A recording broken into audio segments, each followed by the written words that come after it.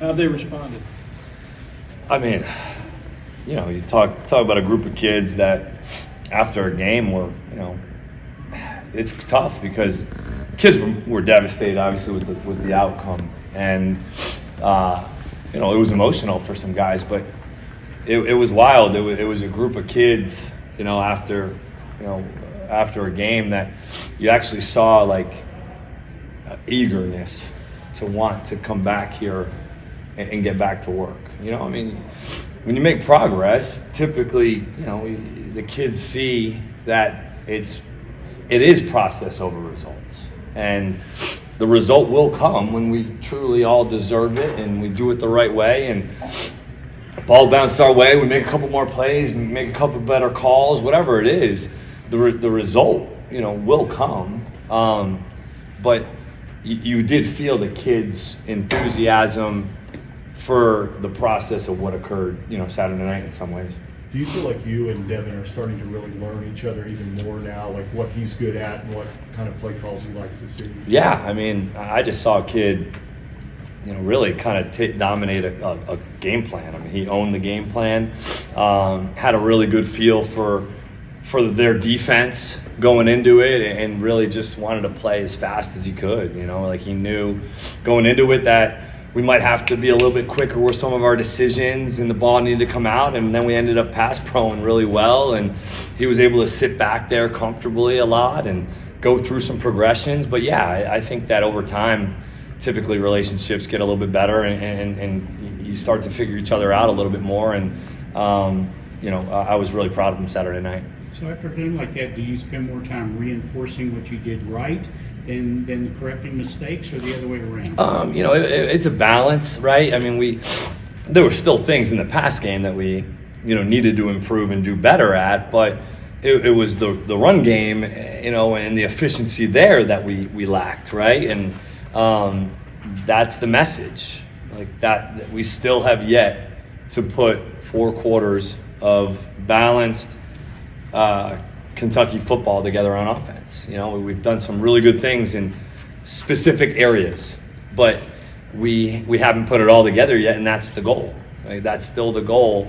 That's why we're out here today with practicing with an intent to get better and to go down to a hostile environment on the road and get back to being physical and run the football better. We've seen Barry and I make plays when he gets the ball in space, beat people deep before, but when he makes those 50-50 catches, what does that kind of add to his? Huge. It just allows the quarterback to just have so much more confidence in just putting the ball in the air, right? The ball can get up and down, ball can get out of our hands earlier. It doesn't have to be a perfect, drop it in the bucket type throw. It's great for our chemistry and just being on the same page, going up and making a play is huge for the confidence of our offense. And I was really proud to be the way he competed Saturday night, the way he played, the way he practiced today. Hopefully we can continue to work off that momentum. Can you talk a little bit about Mississippi State's defense and what threats you see out of them? Yeah, it's a pain in the butt. It is. It's a pain in the butt. They, I have a lot of respect for those guys, what they've done defensively, over the last few years, playing against them 2 years ago. It's a tough, weird, defense that you don't see every week, right? It's almost, just different structures every play. Like, it truly tries to get you to identify one person in the run game, and then now you have to they drop somebody else in, and they're hoping that you don't account for him. And it makes your rules almost kind of get thrown out the window in some ways. Like, you can't identify specific people. It's more about spots. Like, we have to spot block a lot of our run game because of the problems that they present and some of the issues that they present, and then they fly around and then they play hard. And I have a ton of respect for those guys down there and what they've done, and it's making us work. Liam, obviously you guys lost 3 in a row in 21 and they closed really well. What do you remember about what got that turned around? What lessons can you kind of apply now?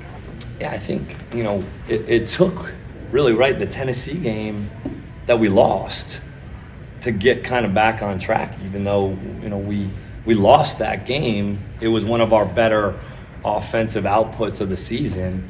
We were a little bit more balanced that game, right? But the outcome, the result was still the same. We lost, but we improved. And so, you look to a game like last weekend to hopefully draw from, to improve and to try to just see the message that we need to put it together. If we can put it together, man, good things can happen and we can win football games. But in the SEC, on the road in a hostile environment against a really quality opponent, you have to go do that in order to go take a win, especially on the road like this. Speaking of the environment and being on the road, Kentucky hasn't beaten Mississippi State on the road since 2008. How much do you think that's going to play a factor in this game? Yeah, I think anytime you have that kind of success against an opponent at your home turf, I'm sure there's confidence on their end, right? I mean, you beat an opponent consistently like that, I'm sure they have some confidence in that atmosphere and what it does create. And we had the cowbells going all day. So, we know what it's going to be like. It's actually good. Devin Leary played there 2 years ago down in Starkville. So he's had a little experience playing down there. A lot of our players were there, obviously, 2 years ago. So you're hoping that, obviously, we go down there and we come together as a team, and that we can, when you go on the road and travel, sometimes it's better to just kind of, we're all in. We're all who we have, and you come together a little bit as a team. So hopefully that chemistry can help us take care of business. And you were talking earlier about trying to get that 4 quarters together.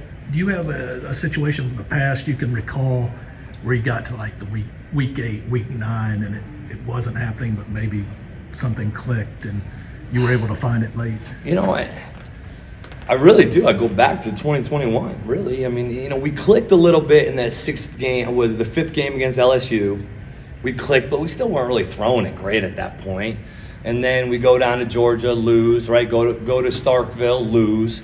And then we came back to Tennessee, and we had 99 plays, really, were well balanced.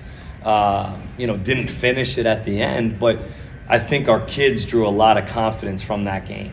And you felt a similar feeling in the locker room after the game Saturday night, although we were all disappointed and really emotional and, upset about the loss.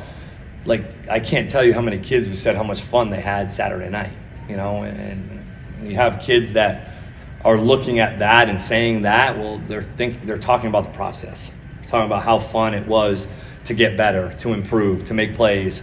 And so, we've done some good things, right? Like, we've run the ball really well in specific games, and then we just showed last week that, when we're doing all the right things and we're all playing at a high level, we can throw the ball well.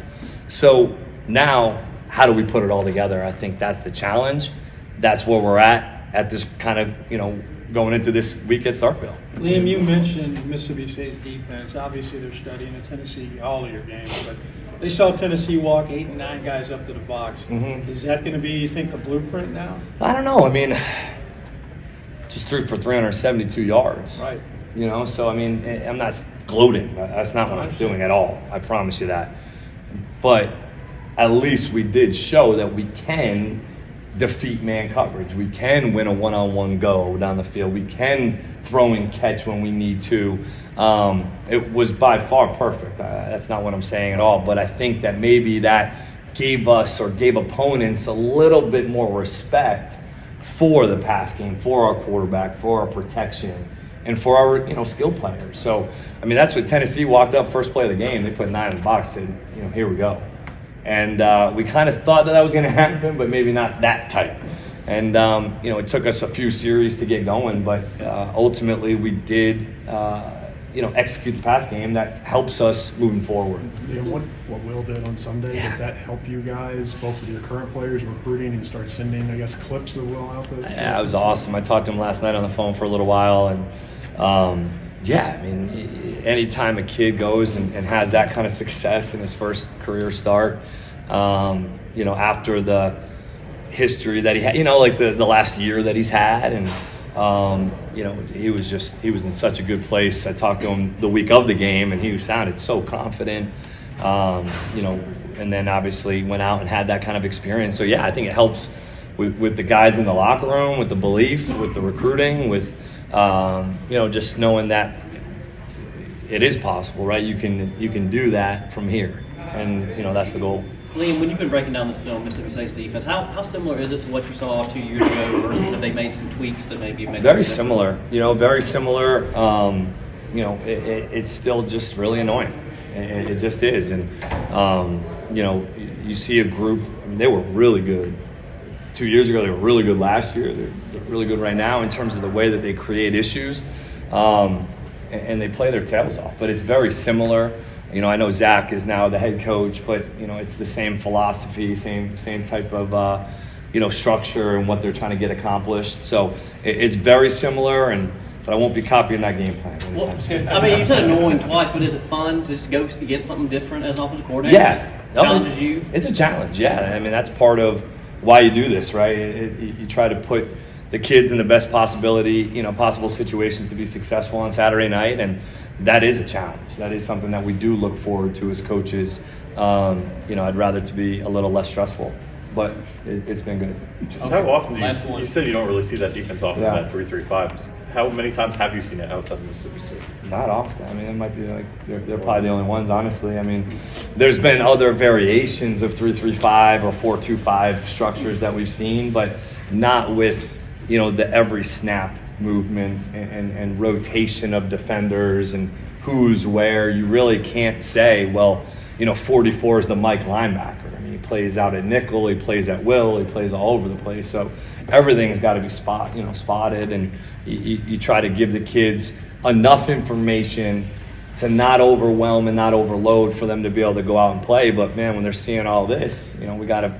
Obviously, we just talked about on the field is. Everybody was kind of frustrated today at practice. Even though there was great enthusiasm and environment and trying to get better, there was frustration. I said, guys, this is the intent of the defense. That's what it does. So we have to hard reset after each snap and go play the next play to the best of our ability. Okay, folks, thank you very much. Thank you guys.